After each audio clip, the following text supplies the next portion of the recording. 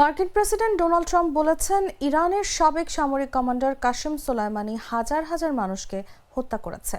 তিনি বলেন, আমি অনেক আগেই সিদ্ধান্ত নিয়েছিলাম যে আমি এটা হতে দেব না, এটা আর চলবে না।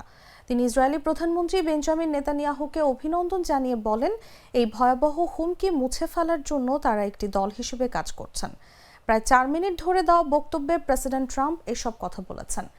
এর আগে মার্কিন প্রেসিডেন্ট ডোনাল্ড ট্রাম্প দাবি করেন যে ইরানের 3টি পারমাণবিক স্থাপনায় সফল হামলা শেষ করেছে যুক্তরাষ্ট্র।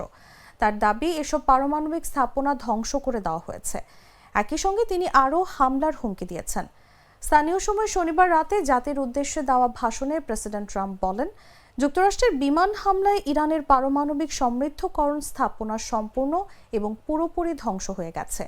তিনি হুমকি দিয়েছেন যে তেহরান যদি শান্তি স্থাপন না করে তবে আরও হামলা চালানো হবে।